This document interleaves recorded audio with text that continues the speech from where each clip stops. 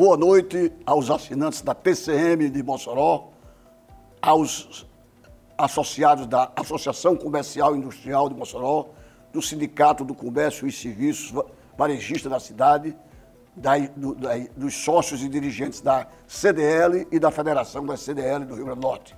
Aos meus amigos e às minhas amigas, estamos no dia 23 de novembro, quinta-feira, e os santos que reverenciamos hoje: São Clemente I, Papa e Mártir. Suas relíquias são veneradas na igreja com o seu nome. Conhecido como Clemente Romano, foi o quarto Papa do ano 88 a 97 e é chamado Padre Apóstolo por sua carta aos Coríntios, para restabelecer a paz, considerando os documentos mais antigos sobre o exercício da primazia do Papa, segundo uma reedição do século IV. Também reverenciamos São Colombano, abade, uma das celebridades que mais se destacaram na história da Irlanda. Foi colombiano. Aos 20 anos, tornou-se monge e rigoroso ascético e aos 50 foi missionário, com 12 companheiros na França, Suíça e no norte da Itália. Fundou a comunidade e reorganizou a vida eclesial na sua vida monacal exemplar.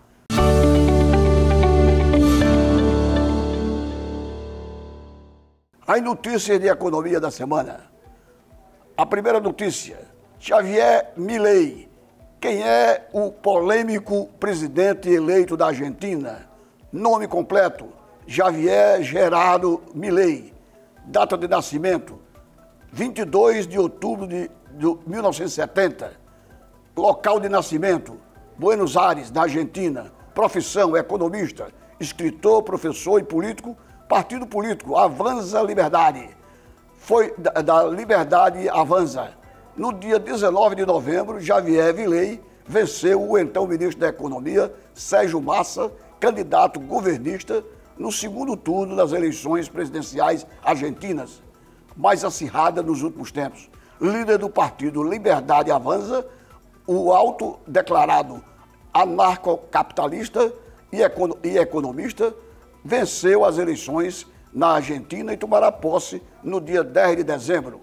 A polêmica é grande na Argentina pelas posições extremadas do novo presidente, ou do presidente eleito, que visa, inclusive, abolir o Banco Central argentino, dolarizar a economia da Argentina e romper relações com alguns países, entre os quais a China, a Índia e outros mais do seu pleno paladar.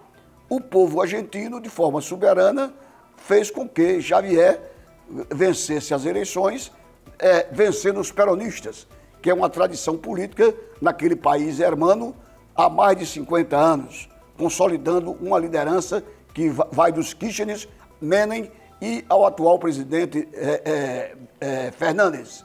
Portanto, novos tempos na Argentina, que vive uma calamidade econômica sem igual, sem precedentes. Basta dizer que ontem, dia 22, um dólar americano estava sendo vendido no paralelo, já que no oficial os bancos não dispõem da moeda americana para negociar, estava sendo vendido a 1.160 pesos argentinos, valendo um dólar americano, coisa que no Brasil beira a R$ 4,90. Por aí você tira a crise que os nossos irmãos do Sul estão vivendo. A dívida externa, falta de reserva, a inflação alta e o número da pobreza são reflexos dos problemas de gestão da macroeconomia e vem de longe data na Argentina. A Argentina está acostumada à quebra, à recuperação e novamente quebra no sistema do Fundo Monetário Internacional. Não tem divisas, há um débito junto ao exterior, ao FMI e aos órgãos de crédito internacionais que beira 400 bilhões de dólares, uma conta quase que impagável. Uma reportagem de El País, de março de 2021, El País da Europa, parece resumir o último século da economia do país, vizinho e ex-principal parceiro continental do Brasil. dizendo da calamidade naquele país. No dia 19 de novembro, o ultraliberal direitista Javier Milei venceu o segundo turno em 20 das 23 províncias ou estados no país argentino, dando aí encerrando o atual governo, cuja transição já começou, já que a posse dar-se-á dentro de 10 dias e o novo presidente, com ideias estapafúrdias, inflamando a economia e as relações políticas com outros países, assumirá ou sentará na cadeira presidencial. Novos tempos para os argentinos. Que Deus seja louvado e que livre esse povo de tanto sofrimento. Mossoró, desde terça-feira, ontem, que acontece o Mossoró Oi Gás. Começou terça-feira o Mossoró Oi Gás, que é uma exposição, o maior evento da offshore no Brasil. A abertura foi feita às 14 horas de terça-feira pela governadora Fátima Bezerra e outras autoridades do segmento do petróleo e do óleo no Brasil, dando no centro de treinamento da UFESA. A feira reúne os principais atores da cadeia produtiva do petróleo e gás na terra e no país e reafirma o protagonismo de Mossoró no setor, cidade considerada capital do offshore brasileiro. A iniciativa do SEBRAE do Rio Grande do Norte, da Rede Petro do Rio Grande do Norte, segue e até quinta-feira, até hoje, com a expectativa de reunir 3.000 pessoas entre visitantes e expositores. O evento contará com palestra inaugural, contou com palestra inaugural ministrada por Ricardo Savini, ex-CEO da 3R Petróleo, que é uma das principais empresas de petróleo da iniciativa privada, tratando do assunto do Brasil. E para cá ocorreram diretores de empresas, visitantes, inclusive da Europa e dos Estados Unidos, para participar desse evento. Mossoró, no centro do gás e do petróleo, onde sempre devia estar, já que tanto na nossa superfície, a 2.000 metros de profundidade em terra, ou na nossa costa continental, nos mares entre Macau e Capuí, no Ceará, nós temos profusão de petróleo a ser explorado. E a Petrobras agora volta novamente suas vistas para explorar na plataforma submarina esse petróleo abundante e que nos dará uma autossustentação no abastecimento do gás, do petróleo, do diesel e com promissoras promessas de que voltaremos a exercer uma posição importante no contexto nacional, salvo o pré-sal, lá na costa do Espírito Santo, Rio de Janeiro e São Paulo, que é o maior produtor disparado de petróleo no Brasil. Nós aqui teremos nosso quinhão e Mossoró e o Rio Grande do Norte voltarão à cena nacional. Assim nós prevemos. E o Porto Ilha de Areia Branca, o Porto Ilha do Rio Grande do Norte, recebeu a visita do cônsul do Reino Unido e mira a expansão para apoio do offshore. O Porto Ilha de Areia Branca, responsável pela exportação do sal a granel do Brasil para o exterior e para o próprio Brasil, para os estados do Sul, com um terminal offshore do mundo todo, criado para o tipo de prospecção e transporte do sal, agora vem com energias renováveis e já traçou planos para expansão, para agregar à área um polo logístico de implantação de futuras pesquisas eólicas de energia do mar. Hoje, enxergamos uma grande possibilidade de o porto ser um apoio marítimo para o desenvolvimento da indústria eólica. O offshore, que é aquela que está fora do alcance da terra, do continente. Aliás, fora da área terrestre do continente. E o Rio Grande do Norte, pela sua posição geográfica, é essencial nesse tipo de energia eólica, interpondo uma cadeia produtiva que haverá de melhorar e beneficiar a nossa energia eólica dos ventos produzidas aqui, que nós estamos na esquina do continente, e os ventos são os ventos alísios em profusão. fazendo o enriquecimento da energia, uma energia renovável, limpa e contribuindo para a nossa capacidade energética de maneira geral. Essa missão visitou o Porto Ilha de Areia Branca essa semana com a perspectiva e os olhos dos europeus da Grã-Bretanha. Esperamos que seja uma nova promessa para a rentabilidade e o bom funcionamento do Porto Ilha de Areia Branca.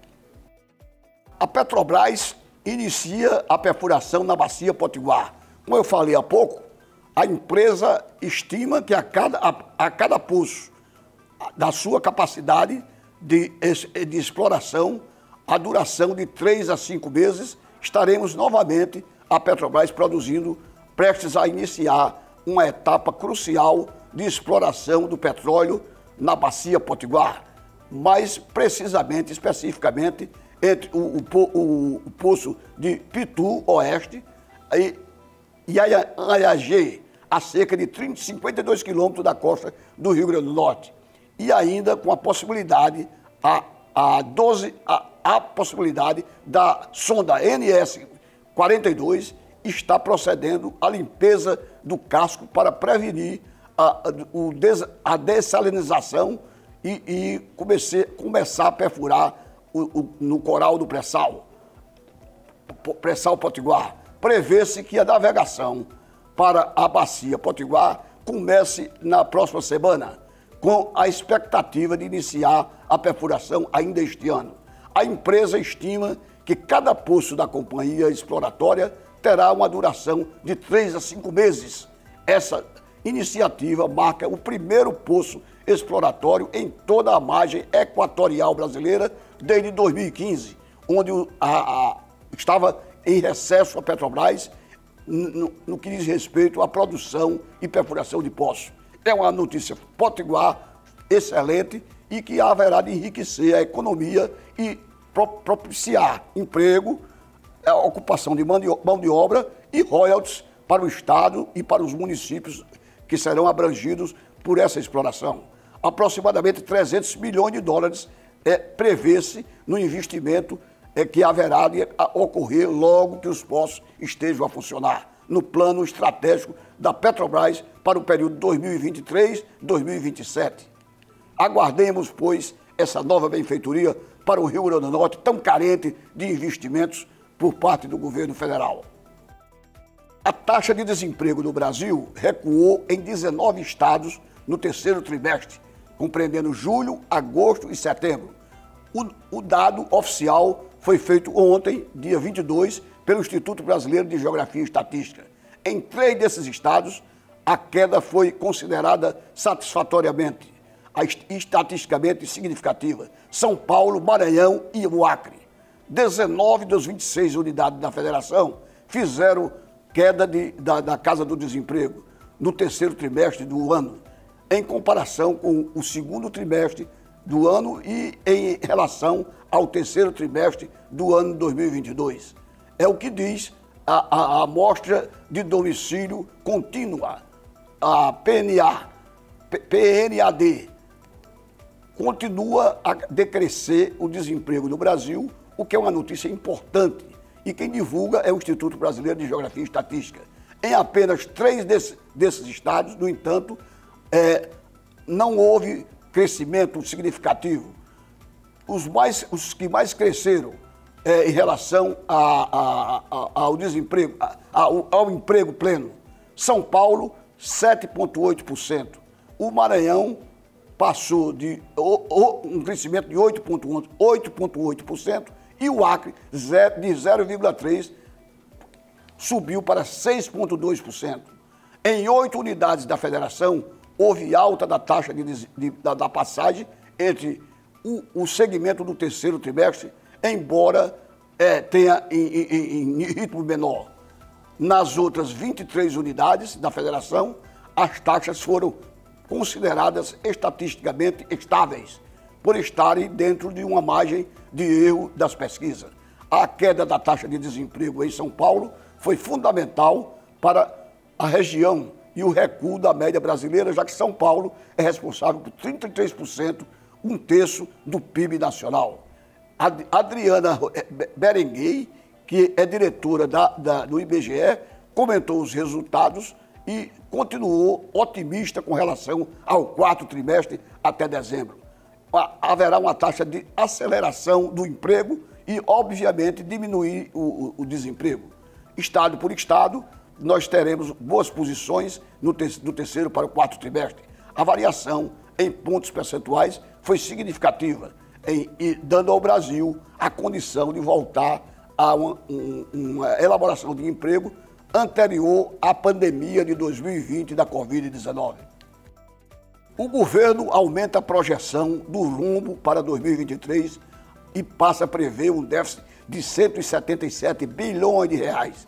A expectativa anterior era de um resultado negativo de 141 bilhões e 400 milhões de reais. Mas a equipe econômica tenta elevar a arrecadação para o déficit. Mas já se diz que 177 bilhões de reais deverá ser o déficit orçamentário do ano 2023. E quarta-feira, ontem, houve um aumento na projeção do rombo das contas públicas em 2023 e em alta no rombo às contas públicas da informalidade. Também o ministro da Fazenda, Fernando Haddad, fica mais distante. Em janeiro, Haddad afirmou que as contas teriam déficit em torno de 100 bilhões de reais. Depois falou em 120 e agora chegamos a 177 bilhões de reais a previsão para dezembro de 2023. Já para o ano 2024, que anteriormente era déficit zero, ou haveria uma unidade entre receita e despesa, já se prevê até 50 bilhões de reais também de déficit. É a máquina pública sorvendo recursos, com emprego, com obras que estão relegadas a plano secundário em governos anteriores e que agora tenta se fortalecer. Enquanto isso, os institutos de pesquisas que estão aferindo os primeiros 10 meses de governo do presidente Luiz Inácio Lula da Silva, revelam um certo desalento, até por parte dos eleitores que o elegeram presidente da República, com a economia nacional dando provas de enfraquecimento, embora a produção cresça no minério de ferro, no agronegócio, até nos serviços, mas o governo arrecada muito e investe pouco, gastando esse dinheiro muito mais com a máquina administrativa que está bem lubrificada com emprego e com negociações político-econômicas no sentido de beneficiar o Centrão e os partidos que estão chegando para apoiar o governo do PT. Boa noite e até quinta-feira com o novo Radar Econômico, às 20h15, pelas telas consagradas da TCM Mossoró, 21 anos de atividade. Obrigado a todos.